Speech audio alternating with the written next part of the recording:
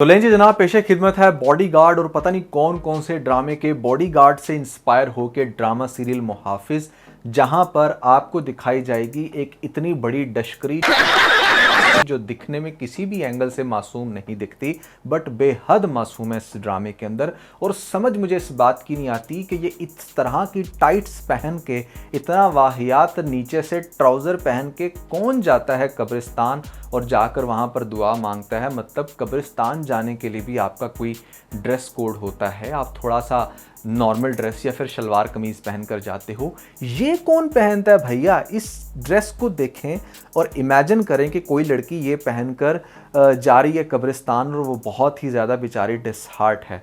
So that scene was really disgusting, जो मुझे मुहाफिज ड्रामे के अंदर बहुत ही ज़्यादा बुरा लगा।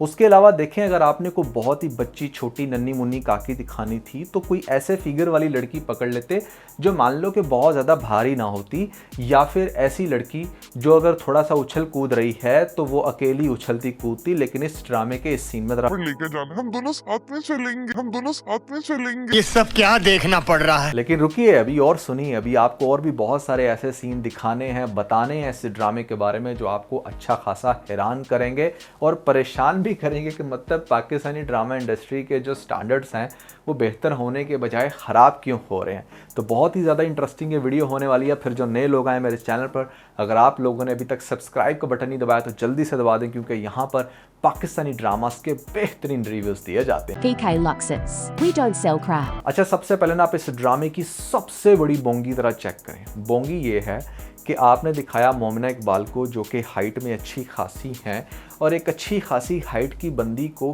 क्यों, मतलब जिस बंदे ने वार्डरोब की है उसके दिमाग में ये किसने खन्नास भरी थी कि इसको हमने हील्स पहनानी है। मतलब एक लड़की जो कि वैसे ही बहुत ज़्यादा लंबी है, उसको अगर आप हील पहना दोगे, लंबी लड़की वैसे भी थोड़ा सा ना एक अजीब सा फैक्टर डाल देती है। अब मोमिना इकबाल के बारे में तो पता नहीं किसने ये अफवाह फैला दी थी कि ये ख्वाजा सिरा है और वहाँ पर इसका अच्छा खासा मजाक बनाया गया। अब ख्वाजा सिरा जो एक्चुअली में होते हैं उनकी हाइट कितनी ज़्यादा होती है ये आपको पता है। अब एक हाइटेड लड़की को आप नीचे हील पहना दोगे तो फिर बताओ वो मुझे क्या लगेगा? फिर तो लोग उसके बारे में ज़्यादा बातें नहीं कसेंगे। तो आपने क्या ये टारगेटेडली इसको हील पहनाई है, या मतलब आपको लगता था कि इसकी हाइट बहुत कम है, या फिर आप पाकिस्तानी ड्रामे के अंदर कोई रशियन लड़की का कॉन्सेप्ट डालना चाहते हैं कि ऐसे में लड़का बिल्कुल गिट्ठा लगे और लड़की बहुत ही लंबी चौड़ी ऊंची पता नहीं क्या क्या आप इसको बोलें। इसके अलावा आप अगली बोंगी चेक करें, जो कि मेरे ख्याल से इस ड्रामे की सबसे बड़ी बोंगी है, वो ये कि आपने एक अच्छी खासी मैच्योर लड़की जो दिखने में 35 प्लस लगती है और इनफैक्ट रियलिटी में होगी भी, आपने कैसे एक ऐसे शख्स को उसके बाप का रोल दे दिया जो सिर्फ और सिर्फ 45 या 46 एज का है। आप यहाँ पर सुहेल समीर की रियल एज भी निकाल के देखें तो वो 46 है, और जिस हद तक उसने अपने आप को फिट रखा हुआ है वो 40 का लगता है। तो एक 40 इयर्स की बॉडी लैंग्वेज रखने वाला, एक अपीयरेंस रखने वाला बंदा आपने दिखाया है, एक ऐसी लड़की का बाप है जो 35 साल की है। मतलब ये कहाँ का असूल है कि यार आपने इस तरह का कंपैरिजन दिखाना है और फिर आप कहते हो कि यार हम यहाँ पर बैठकर रोस्ट क्यों कर रहे हैं। अच्छा, ऑन टॉप ऑफ दैट आपने उस लड़की का जो बाप दिखाया वो तो 46 इयर्स का है रियलिटी के अंदर, जो हीरो दिखाया ना आपने वो 44 इयर्स का है।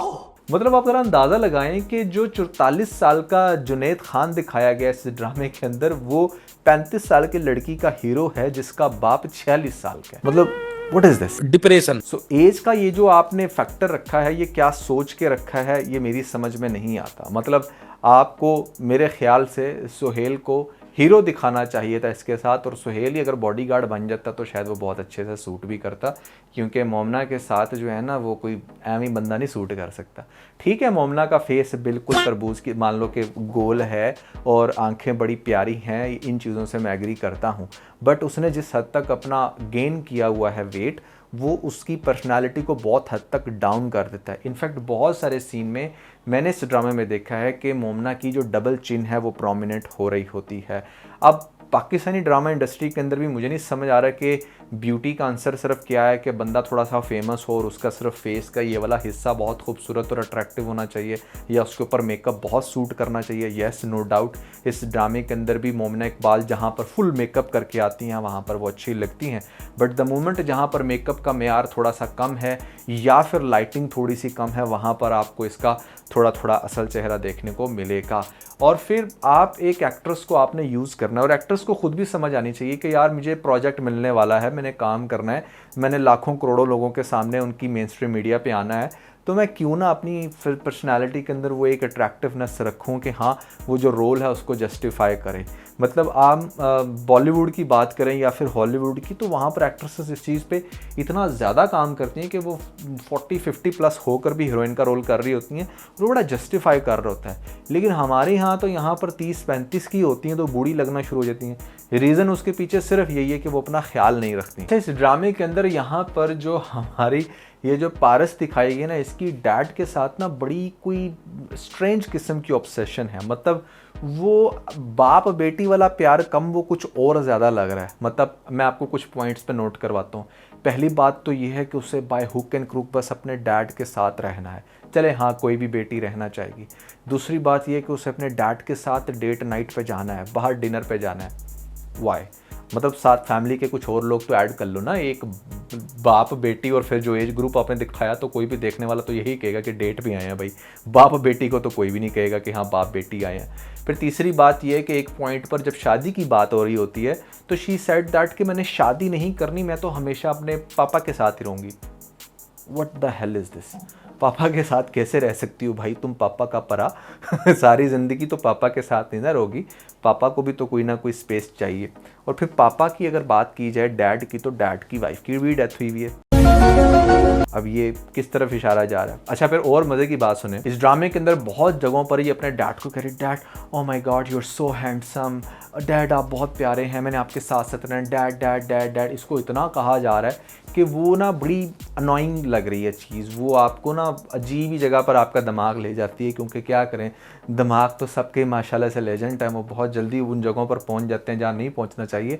तो मेरे ख्याल से उस इंटेंसिटी को कम रखना चाहिए था, या फिर अगर आपने बाप बेटी की इस लेवल की बॉन्डिंग दिखानी ही थी तो मैं वही बात करूंगा कि बाप की एज कम से कम 50 प्लस ही दिखा देते कि उसके अंदर वो एक सेंस ऑफ एज का फिलर आता।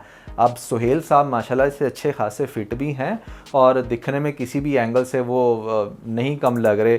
हमारे जो जुनैद खान का करैक्टर है, चले जुनैद मान लो थोड़ा ज़्यादा हैंडसम है, 2 साल उससे छोटा है, बट कोई ज़्यादा फ़र्क नहीं है ना यार, 19-20 का फ़र्क लग रहा है। किस हिसाब से आप लोगों ने कास्टिंग की है, मेरी समझ से बाहर है। सो ये तो भैया हो गए इस ड्रामे के कुछ ऐसे पॉइंट्स जो मुझे बहुत ही ज़्यादा स्ट्रेंज लगे। Now talking about the story is definitely a bit interesting, that's why इसको कुछ व्यूज़ भी पड़ रहे हैं। और मैं भी मजबूर हुआ सम हो 6 से 7 एपिसोड्स देखने पे, और शायद हम अगर हमें अच्छा रिस्पांस मिला तो हम इसकी मज़ीद भी एपिसोड्स देखेंगे। तो ड्रामा बहरहाल इंटरेस्टिंग है, जुनैद खान की एक्टिंग बहुत अच्छी है, एंड द वे वो मतलब थोड़ा सा ना वो सलमान खान वाला एक्ट करने लग रहे हैं, कभी ग्लासेस निकाल के पहनते हैं, कभी अपने आप को डिफरेंट एंगल्स में लाकर पिक्चर्स ले रहे हैं।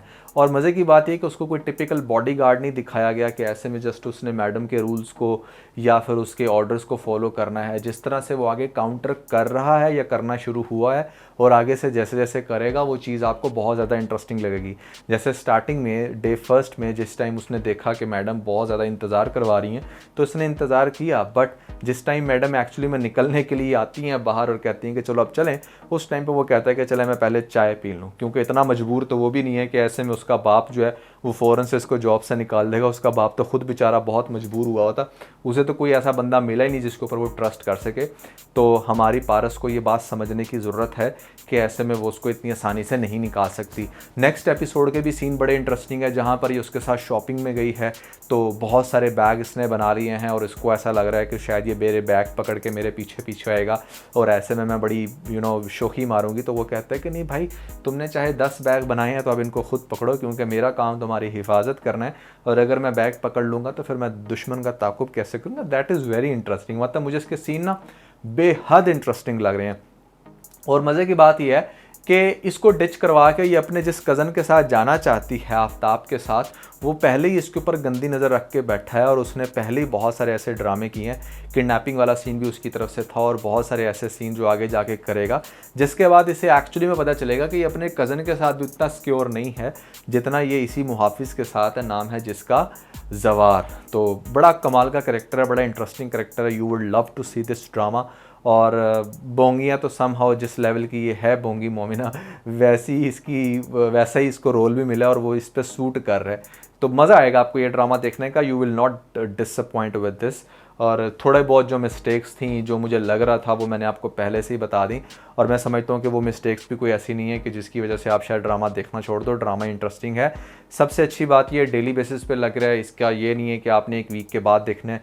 इनफैक्ट इसके एक एपिसोड के अंदर आपको ऑलमोस्ट वैसा ही कंटेंट, उसी लेवल का कंटेंट देखने को मिलेगा जो आजकल बहुत सारे ड्रामास का देखने को मिलता है, जो हफ्ते में 1 या 2 दफ़ा लग रहे हैं। तो अच्छा ड्रामा है, बोर नहीं करेगा, मज़ा आएगा आपको। और ख़ास तौर पे आगे से जो इनकी फ़ाइट्स है ना देखने का, वो बहुत ज़्यादा मज़ा आने वाला है, क्योंकि अब तक ड्रामा बहुत ही अच्छा लिखा है सादिया अख्तर ने। आई एम श्योर कि आगे भी बहुत ज़्यादा इंटरेस्टिंग लिखा होगा। तो ये है भैया इस ड्रामे के हवाले से मेरा ओवरऑल फीडबैक। आप लोगों को क्या लगता है, कैसा है ये ड्रामा, देखने में मज़ा आ रहा है या नहीं? कमेंट्स में आपने ज़रूर बताना है। इसके अलावा अगर आप लोगों ने हमारी लेटेस्ट वीडियो ये वाली नहीं देखी तो ऊपर आपको लिंक मिल जाएगा, जल्दी से लिंक पे क्लिक करके वीडियो देख के अपना फीडबैक मुझे ज़रूर दीजिएगा।